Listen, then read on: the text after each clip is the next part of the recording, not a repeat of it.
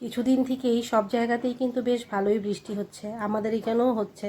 কখনো বৃষ্টি হচ্ছে, কখনো রোদ উঠছে। আজকে তো সকাল থেকে এত বৃষ্টি ছিল যে কোনো কাজই করতে পারছিলাম না, সব কাজের আজকে দেরি হয়ে গিয়েছে।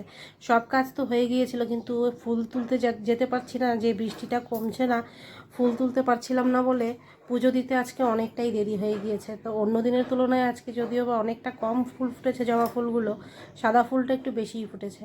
যেমন ওয়েদার চলছে, এটা গরমকাল কি শীতকাল, কিন্তু চলছে বসন্তকাল, বুঝে উঠতে পারছি না কি করব। কম্বল যেগুলো আমি ঢুকিয়ে ফেলেছিলাম সেখান থেকে দুটো কম্বল আমি বের করেছি, কারণ রাত্রেবেলা প্রচণ্ড ঠান্ডা লাগছে।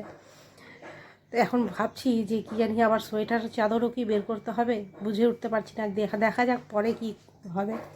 আর যেহেতু মঙ্গলবার ছিল, তো বজরংবলী মহারাজের পুজো ছিল, তো পুজো দেওয়ারও একটু চাপ ছিল।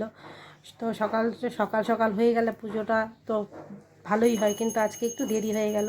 তো অবশ্যই পুজো তো আমার দেওয়া হয়ে গেল।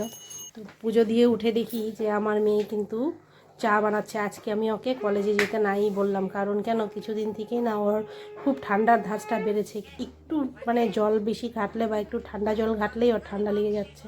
সেই জন্য বললাম যে আজকে কলেজে যেতে হবে না। তো চা বানিয়ে দিল, চাটা খেলাম।